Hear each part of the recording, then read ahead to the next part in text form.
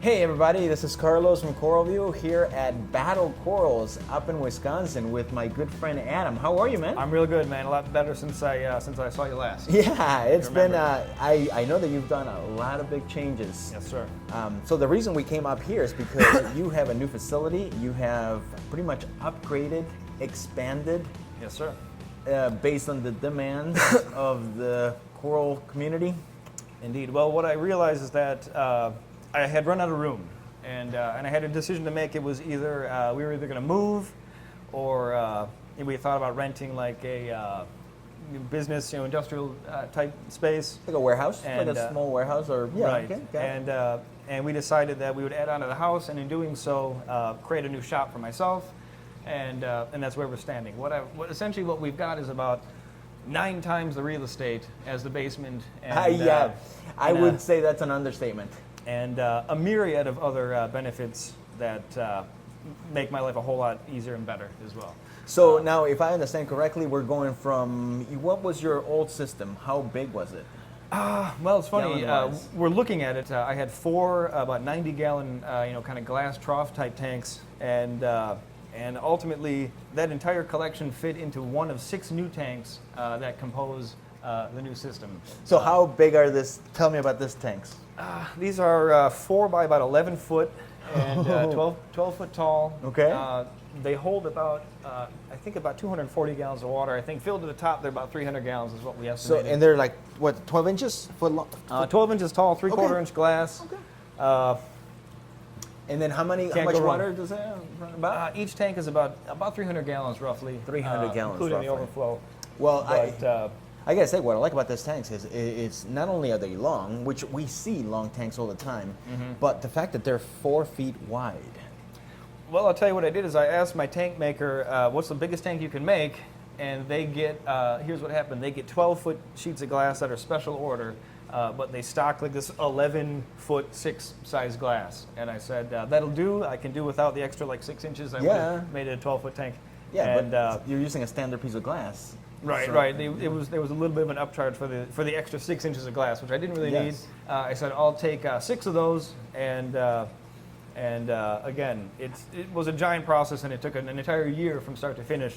But we're standing in front of essentially the finished product, of which I couldn't be happier. I mean, everything has gone extremely well. My life has gotten a little bit more kind of back to normal as well since we stopped, and most of my customers and friends that have been working with me throughout the process know that I've been stupidly busy, but have been kind of getting back to normal here as well, which is not only back to normal, back to kind of better normal. And how long did the entire process take? I mean, I know, I understand that when you get a new shop or anything, you never end. It's like owning a house. You're never done. It was about a year. I mean, from start to finish, it was right around this time last year that we had begun planning. And by the time we had decided that we were going to do it and what we were actually going to do, we had permits. I think around the 4th of July is when we actually started digging. And realistically, I think I said the finish of the project was going to be when I painted the old office, because I relocated my office, and we did that about 2 weeks ago, and that was kind of when we had our official celebration.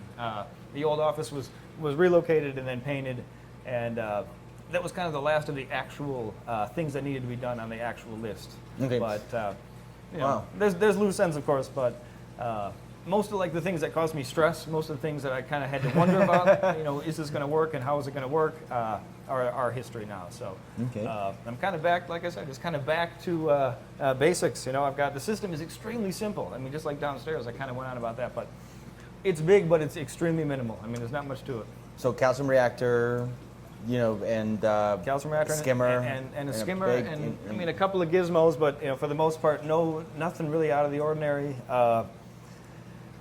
Do you 2,000 methodologies. I think everybody's kind of like, everybody's one of the big questions that everybody asks is, we've all seen your website, and by the way, that's like an art gallery, Thank you. which is amazing. Well, I think photography also, in fact, behind you, I don't know, this is kind of a trade secret, but behind you is, maybe we'll mask it, but that is where I take my pictures, and I've kind of refined a system, but we'll call it a trade secret. But so the coming to trade secrets is, do you add anything to the tanks? Do you have any special atom dust or I wish I anything did. like that I wish- that makes it? I wish it was that easy. I've dabbled with certain amino acids from different brands, and kind of hit or miss. I mean, I don't know that I would say I'm convinced any of that really is working 100%. I have dosed sodium nitrate. I know we've gone over that before. Yes. If anything, just to maintain, and I've gone over this with customers countless times, but just to maintain barely measurable amounts of nitrate. And I think that is beneficial. We talked about earlier iodine. Yes. I don't know how important that is, but if I get a test that comes back with 0 iodine, that kind of prompted me to add some, and I've kind of been adding it ever since. So, Lugol's just a simple Lugol solution. Simple Lugol Again, solution. I've had this conversation with a lot of my customers, but other than that, I'm not doing anything really out of the ordinary, or even anything So what do you beyond think? 2004. I guess I haven't implemented anything. So what do you think is your secret? Just stability? Stability. I think simplicity is probably Simplicity. my biggest secret.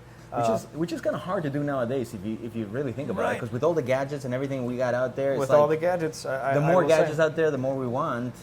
and some people are gadget guys, and I talk to a lot of people that are having problems, and usually the first thing we do is we start eliminating things from their systems. Like where can we start and how can we fix this? And the first thing I do is usually, well, let's pull this, let's pull that, and see what happens. And usually the problem goes away, or at least they're starting to see some relief after that. But at the end of the day, like to me, no matter what size the system, the simpler the better. I mean, really, what you've got a return pump, you've got some circulation pumps, and basic. I've got a calcium reactor and a skimmer. I mean, that's it. That's it. And that's pretty much it. Minus like the entire room that was built to house it all. What do you keep your pH at? Well, I don't know if we can go by that, but my pH, I'd like to think it's probably in the low 8s. I think I've got 2 miscalibrated probes, okay. but again, that's another thing. I don't really. You're not a numbers guy. I don't jump on pH. I don't phosphate. Everyone wants to talk about phosphate. I don't. That's a whole other story. But I mean, everybody will see right now. You don't have to test for phosphate because there's no algae here. I couldn't tell you what it is. Well. A little bit, but that's yes, well, normal. I'll tell you how I tackle algae. You can't see them in the tank, but under this grate are some rabbitfish and a couple tangs. And to There me, you go. it's much easier for me to have nutrients in the tank and have essentially free fish food versus trying to like scramble to get rid of that little green patch that is causing me problems. Which in fact isn't causing me problems. I guess I never saw like a patch, a green tuft, as a problem anyway. But for me, like phosphate is not evil in any way. Okay. I mean, I've always been. I guess I've been kind of screaming that for a while now. But nutrients in general, Okay. And then, so you said that so the entire system from the previous facility fits literally here. This is what we're talking about. I'd say 95% of it fit in, like I said, 4 tanks worth of, jam-packed rim-to-rim colonies and corals fit into one of 6 tanks that I've got now. So. All right. So then that begs the question: you order 6 of the suckers. Yeah. What are you going to do with the other 5? Well, the plan is, I think I've got like a solid 10, 15 year, worth of growth. I mean, Okay. at the very least, and I've been kind of plateaued even the last couple of years because I had nowhere to put new coral anyway. So all that has kind of been in slow motion for me anyway. But I'm looking forward to facilitating retail shops a little bit more now. I can do stuff like that and expand my collection. I mean, that's kind of what it is. At the end of the day, I'm kind of just a collector, and I've got roughly 500 more square feet that I can fill with coral, so maybe not quite so much, but the capacity is tremendously expanded. So talk about your system, water changes, RODI, and all Good, this. good. People want to know this. Good question. Water change is really simple. I'm sure you'll see I've got a 300-gallon reservoir, and I turn off my pumps, and I hit a valve, and I'll drain about 300 gallons out of the sump below me, right into the floor drain that I'm standing on. Yep. And I'll hit a switch back there and I'll fill it back up. It takes me about 20 minutes and 300 gallons in 20 minutes. Well, maybe a little longer to actually pump that much water. But 25 minutes. The mechanism is very simple. In fact, So like everybody else, I don't have to lift any water at all. you don't have to lift any water. You I learn. don't. This is kind of like we talked about this before off camera. It's like this is BattleCorals 2.0, where Right. all the things that you wanted to do on your first go around you couldn't get, and then you thought out in engineered it and figured it out. I mean, everybody, if you see here, there's switches everywhere, and you ask him to turn off the water from the for the max big gyres, and instead of going to the power supply and unplugging it from the wall, he just flips the switch, and they turn off. If you see water change, he'll flip one switch and water drains, and then flip another switch and water gets pushed in. And things like that where, you know, the old system, it was literally started off with one tank and then added another tank and then added another tank, and nothing's really where it needs to be, nothing's really where you want it. It just kind of is. Morphodite is kind of the word I chose. Yes. This was like designed from the ground up. I basically had a clean slate. I said, what do I need? What do I not need? What do I really need? What do I wish I had? What can I do and what can't I do? And then we started building. I mean, ultimately, I drew up some plans, and you know, mind you, we are on a second floor, so all this is being supported by you know, some engineered construction, and you know, again, everything just kind of had to be what it is. And I took a floor plan, I handed it to our truss company, and I said, this is what it is, and they sold me the floor that I needed, and you know, so far so good. So I see right now we have we have this one for frags, or I mean for your colonies and everything. You have another one right here. Correct. And what are you doing? All that rock. What is that? I mean, I've visited a lot of farms, and I've never actually seen rock in a holding tank. I usually see the rock under the tank. Why are you doing that? That's a good question. What's different? I'll give you a little bit of an insight. If you look at what's in front of us, you'll see most of these colonies don't really stretch up more than a couple inches tops. I mean, even some of these larger ones, they kind of spread out. Where I'm going with this is they don't need a lot of space to grow upwards. Okay. My plan for that tank is to take any kind of rubble or scrub or any kind of like leftover frag that I have and kind of plant it into a nook anywhere, and kind of like a backup system. In a live rock. In the live rock, right. And, well, essentially, I needed a place for the live rock, and that kind of serves both purposes as a place for it to grow on, and then serve as the purpose of actual live rock as well. Essentially, it's going to be like a big, shallow display tank. Yeah, or You know, like a flat, like a reef flat. yes, Yeah, yes, exactly. And they're going to stick out and everything. I think that's pretty cool. Yeah, I've never seen that happening. Come back in another couple of years, and hopefully, I mean, ultimately, what I see is this kind of happening, you know, Into that. way more like Merging into chaotically that. and randomly on there. And I'm just going to let them grow, and obviously, I'm sure I'll frag them as I need to when I have to. But the intention is just to kind of let it kind of grow out as a tank, you know, of A more natural approach. See what the corals do. Absolutely. Okay. What are you doing for flow? I got the gyre, the 280s. I will say probably the best thing that has happened to the system tenfold would be those. You can see the actual flow, the return flow is really low. I've got one small return pump that feeds a couple of these tanks. And we're talking about, this is 11 feet. 11 well, feet. it's a little under 11 Yeah. to the edge of the overflow, but 10 feet. We're Let's put it talking that we're way. talking at least 10 foot of actual And tank space. One thing I've noticed also is that if you look under the egg crate, there's actually not. It's a beautiful thing. No. I know. Like I said, I've visited a lot of farms, and this is all great and dandy, and then you look under it, and there's like an inch of dust. You know, the detritus that usually collects. And there's almost nothing in there. It took me a little bit of kind of trial and error before I got this configuration down. It's perfect. There's literally, I don't think there's any other way this could be done better for flow in a tank, in a wide, shallow tank like this. So you got 4 feet wide, and then you have two 280s on one side and two 280s on the other side. And I'm guessing you just have them randomly go at their own pace and do their own thing. Yeah, ultimately, this side will run for about 20 minutes to an hour, and then there'll be a little bit of overlap. This one will kick on, like I said, there'll be a little bit of overlap, and then this one will run for another 30 minutes to an hour. So it essentially throws the water this way for about an hour, and then it throws the water that way for an hour, and it's enough to keep both sides completely happy. Keeps the middle, you know, free of. I mean, obviously you see nothing settling or anything like that, and as you stated, nothing settling on the bottom as well, which for me was the key. And another reason why I did that on those rocks, why I elevated all those rocks, Elevated the rocks just so to that keep it can go down, just to keep stuff from settling. I'm kind of thinking more long term. You know what I mean? Like the state the tank is now is the state I'd like to keep it in. You know, and if you've got piles of detritus that you can't see or can't deal with, you know, that's not the state that it is in now. You know, in a couple of years, under those rocks would be, you know, dunes of detritus that I couldn't deal with. So the goal, at least for me, is to kind of maintain exactly what I've got today, and keep it going. And keep it going. And let's talk about lighting. What are you running in here? It's kind of a mix. It's a mixed bag. I've got primarily LEDs and a little bit of halide. As you can see, the old system I ran about 9. I don't know. I'm trying to think. I think it was 12 halides total, including the quarantine. 250s, 400s, combination of? 250s. They were M80. M80s running Iwaki bulbs actually. Oh my! And I will say, I told this earlier. Yes. My electric bill actually went down, which is the most surprising thing to me. But a couple obvious reasons why. You but quintuple your space, and your electric bill went down significantly. Which all that tells me, it's extremely efficient. I mean, the setup is tremendously more efficient. Ultimately, I've got the same amount of corals that I did downstairs. I mean, I've added a few since I started, but now the question everybody's asking is like, how did it go down? I mean, you still have to eliminate all the corals.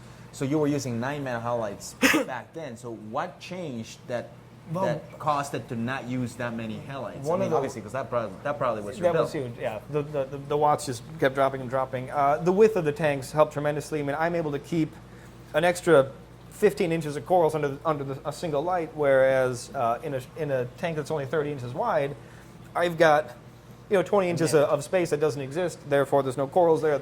And the light bleeds out, and it's just falling on the floor, which is wasted par that still produces heat. I'm pretty much utilizing every available photon, we'll call it. And the lights are, how high are they? I mean, this is... I've said that before, too. I keep them high. I mean, I run my LEDs really hot, and I keep them high. The spread's better, and I mean, they still crank out a bunch of power. These are 400-watt CoralVue 10Ks, in fact. Okay. And it's a great bulb. I will say I've used them for years, and...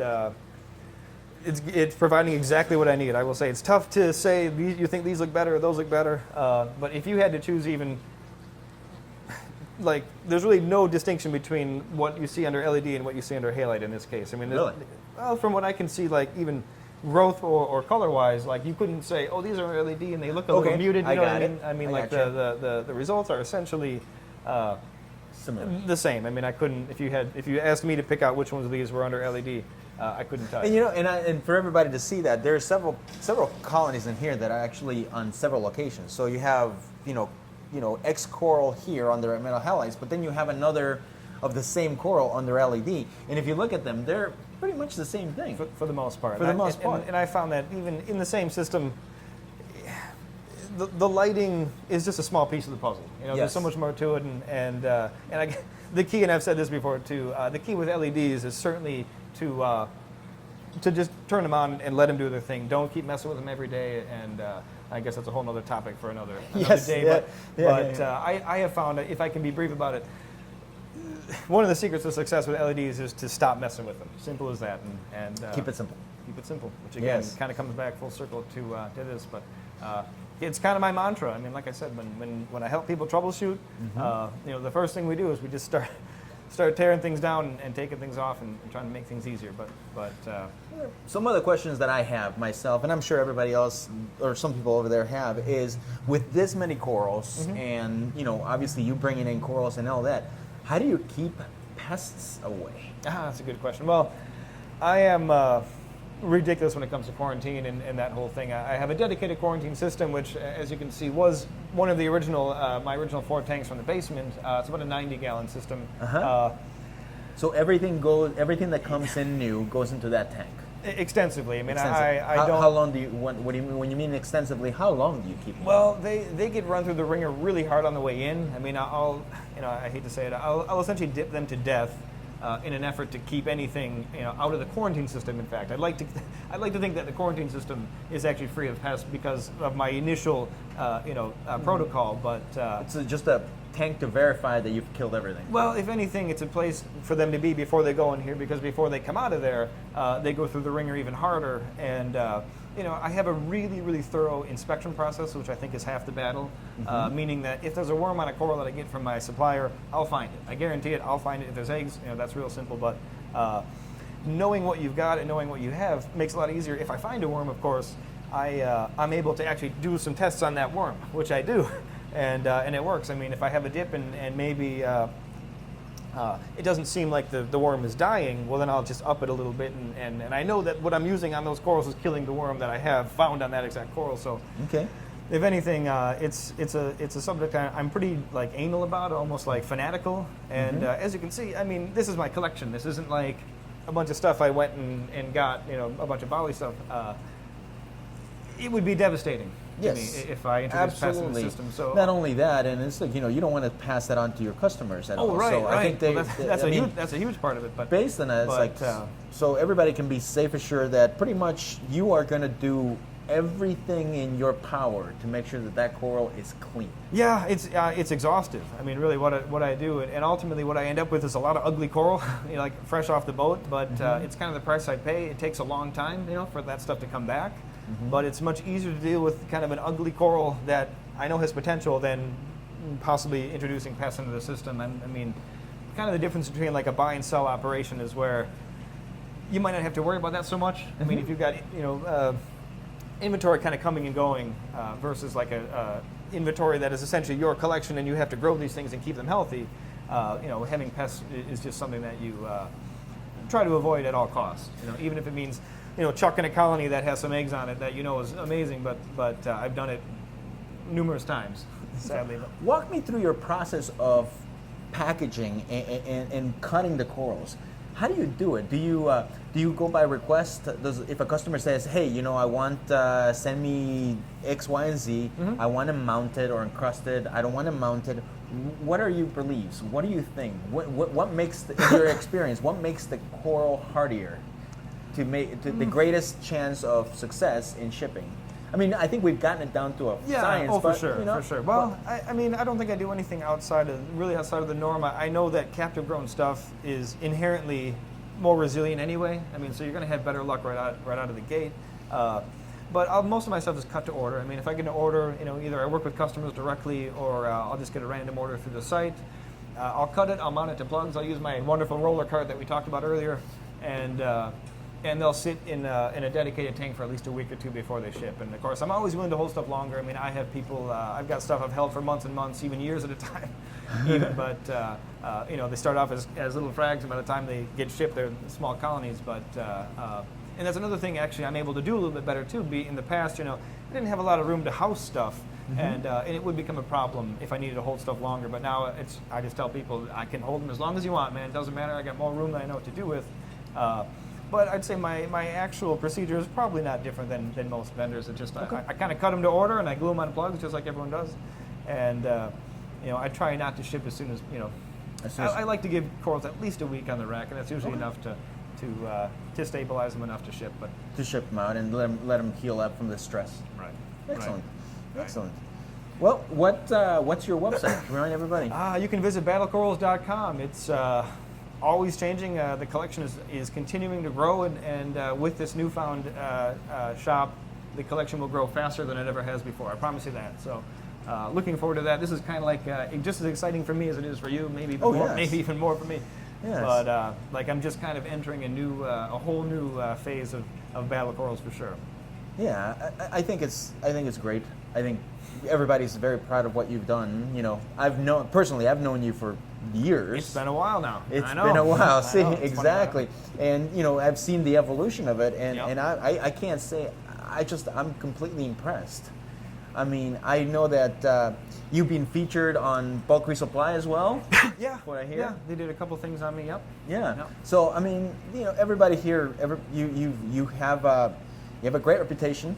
And thank you for explaining everything. I think everybody knows your corals are good, but to hear from you that what the process is and how you take care of the corals and what you believe is we all want to know what's your secret. Yeah, I do get asked that a lot. I'll tell you, it's fun. You guys, I think, might be the first official people that have actually seen this place up and running. Man, I've had, well, that's great. I'm glad to hear that. Well, I've had a couple of customers kind of in and out briefly, but yeah, I mean it's official. Like I'm going full steam here, and I guess I couldn't be more happy about it. So. But everybody, again, BattleCorals.com, or you can just call the guy. I mean, he'll call, text for sure, and everything. He'll do great. Anything, all the websites. If you don't want to order, even if you just don't want to order right now, go to the website. Trust me, it's almost like an art gallery. You go there to look at pictures because they are by far amazing. It's the only website that I know that does it that way. I appreciate which is that. it's very unique. I enjoy it. You may remember the old site, which, Yes. which is a little clunky, but I had a guy that really I work with really well out in Washington kind of confront me or kind of approach me about redoing the site, and we're like a perfect team. I mean, like my ideas fit his ideas, and it I mean, it was really exciting as we were doing it. It just kind of kept getting better and better. Yeah, and which brings me back to this. Mm-hmm. Obviously, your friend is not taking the pictures. You are. Correct. How?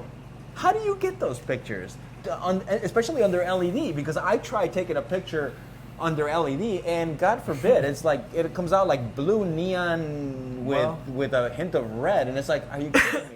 How do you do it? I've been refining my photography methods since I began, I think, and I've gotten a little bit better equipment as I've come. But I think lighting has played the best role. Like I said, kind of behind me a trade secret, but I have a dedicated tank that I take my pictures in, and it's under one radium halide. And, one radium halide. And I've kind of dabbled with different lighting. I've dabbled with supplements on this tank. Actually, there's a T5 too, and that kind of comes and goes. But for me, I guess same old practice. And without getting too technical, but camera, what lens are you using? I use Zeiss lenses. I have a macro 50 millimeter. Okay, a 50 millimeter. Yep. Okay.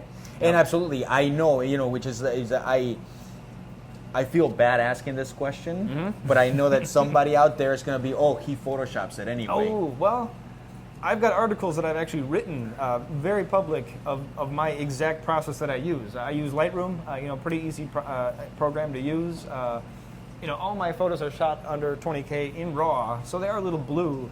Actually, you could even post a link to this exact I will, thread. and I will put it under it. But essentially, I go through my exact process of what I do in post, and it's very minimal. I'll take out the blue, and I may crunch the black a little bit to kind of sharpen them up. But I don't do a whole lot of exaggerating. In fact, one of the things I strive for is accuracy in photography, and that's just kind of like something I believe in, you know. And as I've gotten better with my camera, I guess I've been able to do it a little bit better. I mean, I think that's part of the problem too. People don't really know how to do it.